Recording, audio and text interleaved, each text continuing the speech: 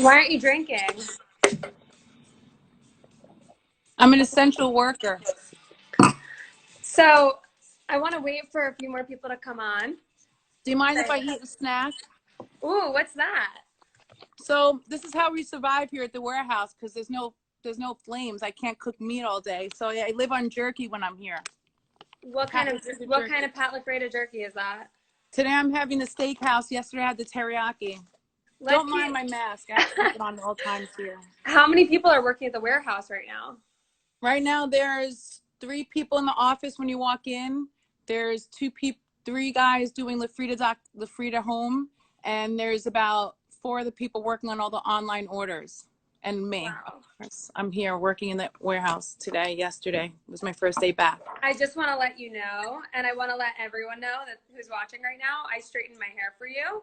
Oh, Jenna, come on now, girl. I know. Listen, I haven't straightened my hair in over a month. It feels spectacular. I feel pretty again. It's really nice. I have lip gloss on right now. That's as dressy as I get here when I work in the warehouse, because you have to have gear. A lot of gear. So you've been working for Pat for what, like 6 years now? August will be my 6th year, but I've known Pat since I'm 11 years old. So I feel like I've been working with him since I'm 11. How did you and Pat Morgan connect? is on. Hi, Morgan. Say hi to Morgan. Hey, Morg. Hey, Abby. Miss you. Hey, Ross. Monica's on. Hey, guys. What did you ask? So take this shit seriously, Mel. I am. I'm going to eat my jerky. So you've been working with Pat for 6 years. You've known Pat Lafrieda since you were 11 years old. How did you guys meet? Were you family friends? No. So Pat and I grew up in Bensonhurst, Brooklyn. I worked in a small amusement park called Nellie Bly. There were probably some people logging on. I worked at Penny Farm, and Pat worked the Ferris wheel. What? And his family. Pat used to work. Yeah. What did he do for the Ferris wheel? He'd operate the Ferris wheel, take the tickets. His brother worked there. I worked there. My sister it was like camp. Every summer we'd work. That's how I know him. It was just crazy. I never knew that. So his family had the butcher shop. It was Pat Lafrieda and Sons. And I always tell people the story. Every time I would see the truck, I would think, he's so lucky he gets to eat steak every night for dinner. And I grew up with not a lot of money. And I was like, he's so lucky. I need to go eat dinner at his house. And it was a small van. And his dad would go home every day, driving the van and park it in his driveway. Back in the day when he lived in Brooklyn, everybody had a little driveway. And that's how I knew him. That's how his company started. And we lost touch when he went back to college. He wrote me a few letters. And then it wasn't until Facebook started, and when I looked him up again, because we lost touch, and I started to go to all his events, and I was like, wow, he's such a celebrity now. I couldn't believe I grew up with him. Now this is what he had become, because it had been years since I've seen him. And he started inviting me to the Food and Wine and all his special events, and I was like one of his groupies. And then I was a groupie. Aren't we all Lafrieda groupies? I think everybody is. Yeah. And then I was job searching.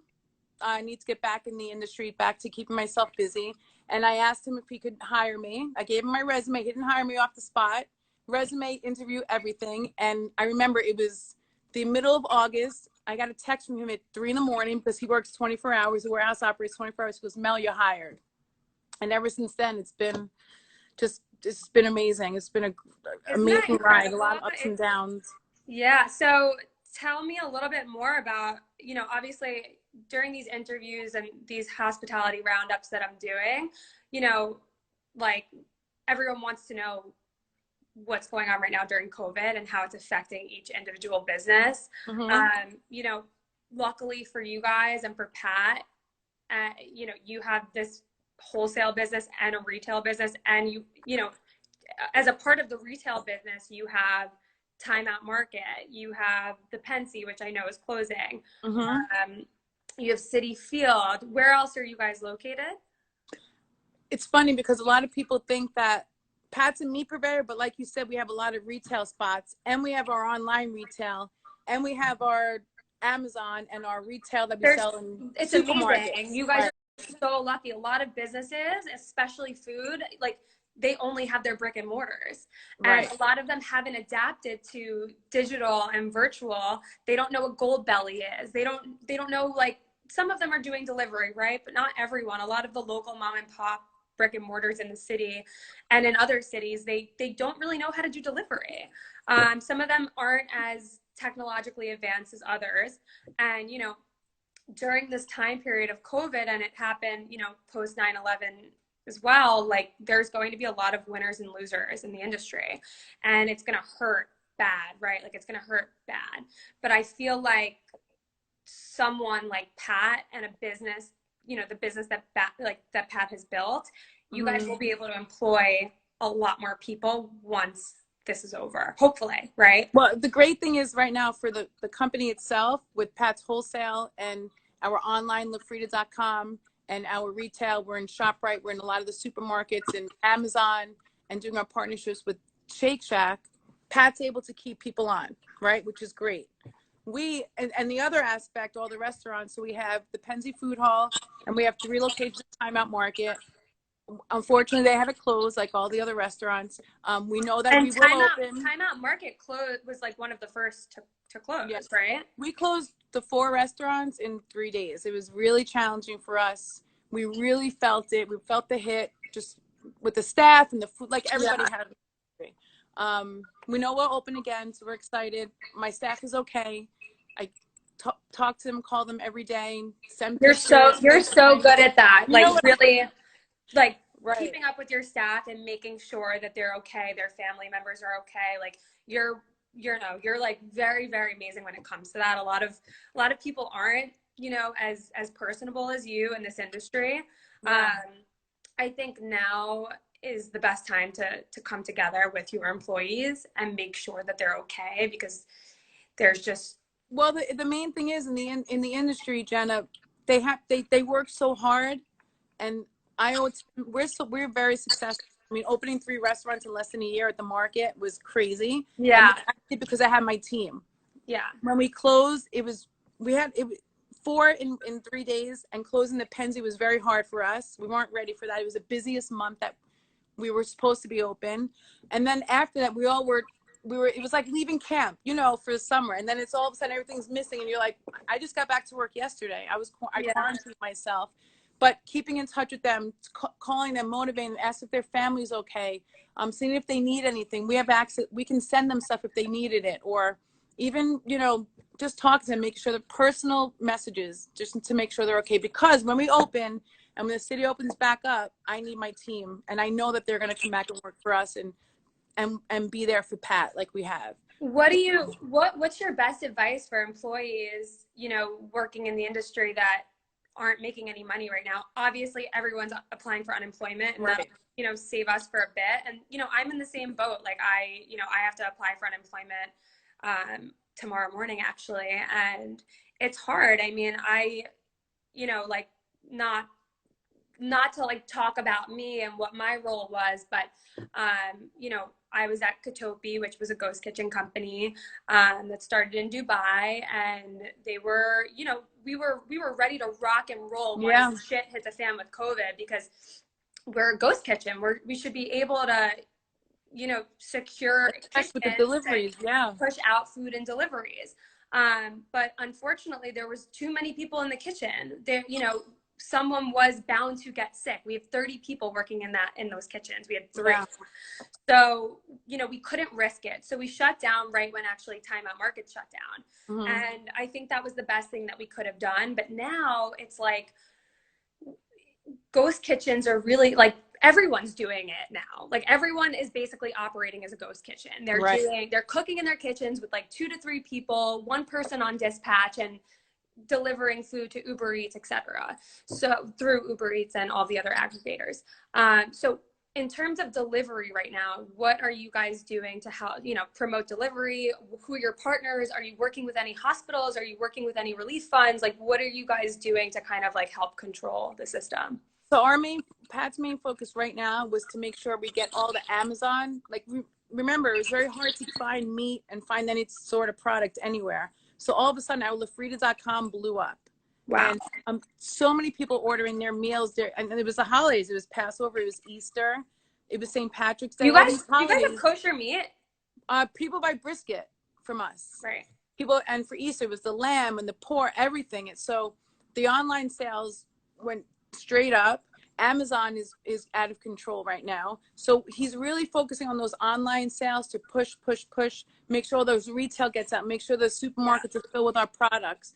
He even opened up a little bit, home delivering with his trucks to, you know, some of my clients have asked me to get orders out to him, and he's taking care of that, which they never do because we can't handle all that. No. So he is getting the meat out as fast as he could, as quickly as he can. He's doing special promotion with Shake Shack, like you said, Gold Belly. That's what I've been working on the last 2 days. I want to hear about what you guys are doing with Shake Shack, because it's obviously twofold. a favorite. Twofold. So Shake Shack chose a couple of locations, and they decided to do a steak frites. So if someone didn't want a burger, they actually did a sirloin with the Shake Shack fries in 2 locations, in New Jersey and in New York. Then they came up with another idea with Shake Shack to do a Shack pack, I guess, to make the burgers at home. So we're producing the steak. We're packaging the steak sauce, the cheese, the bread. We're putting it in a box. It's going to Gold Belly, and it's getting sent out so you can make your own Shake Shack burgers at home. Woo! What about fries? So yesterday was fries? my first day back. Fries they'll do on their own. We can't do fries. Okay. But if they had a fryer, I mean, they could. Yeah. Yesterday I came back and we were sorting and labeling. And today I was in the refrigerator doing cheese. And you saw me. I have all my gear on. It's freezing, and they're laughing at me in the warehouse because I'm purple. I'm like, my feet hurt. I'm cold. I don't work in the warehouse. It's very funny. So the operations director's like, Mel. I was like, Elvira, I'm so sorry. It's so cold here. I need to go out. Because I'm used to running around, not staying in one spot. Like in our industry, we don't stop. And when you're here, you never stop. It is. So it's and I miss Mel. Listen, I miss it. I miss it so much. And you know me, I can't fucking sit still for 2 seconds. Yeah. And I'm losing it. That's why I started this Instagram Live. It gives me something to look forward to every other day. And you know, it's interesting to hear, you know, what you guys are doing versus other companies. Look, a lot of other purveyors had to shut down. Like Pat won't shut down. We won't. We're too big. We're too strong. We have too many partners. We have too many people that rely on us. And now it's the families at home and the supermarkets are relying on Pat. And Pat is working. I got in this morning at 10. As I was pulling in, the night crew production was leaving. They were on, and I spoke to one of the girls. She was here all night long getting those Amazon orders out, making sure the Lafrieda.com orders are out. And you know, he's diligent, make sure it all gets done. He will never ever quit. He has soldiers, and we're here to work for him to keep it successful, because once we reopen, like you said, we have Citi Field, hopefully the US Open. We have to open our timeout stuff, and then so pause. What the hell do you think is going to happen with Citi Field and US Open, Food and Wine this fall? Like, they just said that concerts aren't going to be coming back until like 2021. So do we think that there's going to be like baseball games going on? Do we think that they're like, who the hell knows, right? Like they didn't call anything off just yet, except for the concerts, which I saw like on Paper Magazine. And like, who knows what's going to happen? And that's, you know, that's part of your retail business. That's a huge part of your business. It's a big ass chunk. You know what it is? It's a fun part for us, and it's a way for the Lafrieda name to get out, for branding. If you think about how many thousands of people in that short amount of time see our brand, buy our product. So if somebody buys a steak sandwich from us at Citi Field, we want them to go to the Open and buy one. We want them to go to the market. Then we want them to buy the steak online. So for us, it's a whole, because I was asking who's calling, what are we doing? He actually got his whole neighborhood together. They all chipped in and did a huge order, and our truck went and delivered Pat Lafrieda meat to them.